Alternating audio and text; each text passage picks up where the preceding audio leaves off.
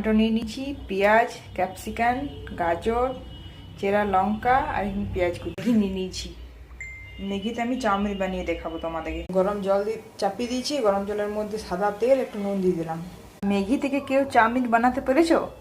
আমি দেখবে আজকে তোমাদের ম্যাগি থেকে চাউমিন বানিয়ে দেখাবো। 4 প্যাকেট কেটে নিয়েছি, আমার 4টা ম্যাগি। চাউমিন বানানোর জন্য মশলাগুলো আমার লাগবে। গরম জলটা একটা ম্যাগি এবার দিয়ে দিলাম, 2টো দিয়ে দিলাম, 3টে দিয়ে দিলাম। কড়াই চাপিয়ে দিয়েছি, আমি সাদা তেল দিয়ে দিচ্ছি। এর মধ্যে আমি সাদা তেল দিই, কড়াইয়ের মধ্যে পেঁয়াজ গাজর কুচিটা দিয়ে দিচ্ছি, ক্যাপসিকামটা দিয়ে দিচ্ছি। সব সবজির মধ্যে নুন দিয়ে দিলাম, টমেটো কুচি দিয়ে দিলাম, কাঁচা লঙ্কাটা চিড়ে নিয়েছিলাম ওটা দিয়ে দিলাম। তো মশলাটা আমার ভাজা হয়ে গেছে, সব সবজিগুলো। চাউমিনটা আমি সিদ্ধ করে গেছিলাম, চাউমিনটা দিয়ে দিচ্ছি।